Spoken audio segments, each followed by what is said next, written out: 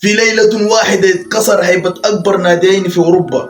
ريال مدريد يخسر من البايرن ميونخ وبرشلونة تقع أمام أتلتيكو مدريد. السؤال هنا بقى، هي دي مجرد خسارة عادية ولا إحنا أمام نهاية عصر الكبار؟ خليك معايا للآخر عشان أقول لك الحقيقة اللي محدش هيتكلم عنها. خلينا نبدأ بريال مدريد، الفريق اللي طول عمره معروف إن هو ملك دوري أبطال أوروبا، بس المرة دي الموضوع كان مختلف تماما. ريال مدريد دخل المباراة بثقة كبيرة، لكن اللي حصل في الملعب دوت كان صدمة. وأول مشكلة بقى واضحة جدا هي الدفاع بتاع ريال مدريد. ريال مدريد كان بيسبب مساحات بشكل ضخم وكبير، أي هجمة من بايرن ميونخ كانت تتحول لفرصة خطيرة، وده فريق زي بايرن مستحيل يسيب لك فرصة زي دي. تاني حاجة وسط الملعب، مفيش تحكم، مفيش سيطرة بالكرة، مفيش تحكم في اللعب، وباير هو اللي كان بيلعب على راحته. اما الهجوم فرص ضايعه وغياب تام قدام الجون. طيب السؤال المهم بقى يا عزيزي المشاهد، هل ريال مدريد انتهى فعلا؟ بصراحه كده انا عايز اقول لك لا، ما انتهاش. ريال مدريد فريق كبير وتاريخه بيقول ان هو دايما بيرجع، لكن المره دي الوضع مختلف تماما. الفريق محتاج يشتغل على نفسه وخصوصا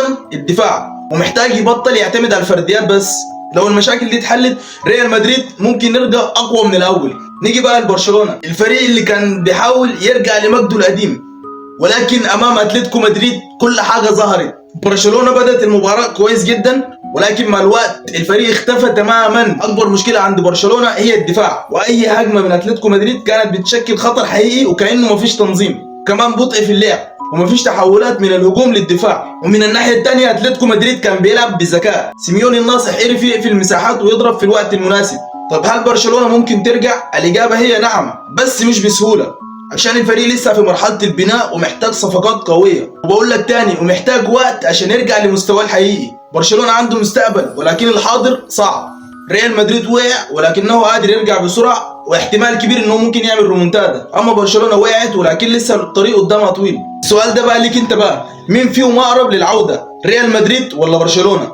اكتب في الكومنتات تحت، وما تنساش تعمل لايك واشتراك. ولو انت وصلت لحد هنا احب اقول لك ان انت من الابطال.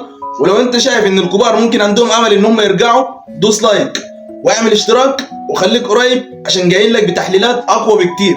واحلى مسا عليكم، اشوفكم الحلقه الجايه ان شاء الله. سلام.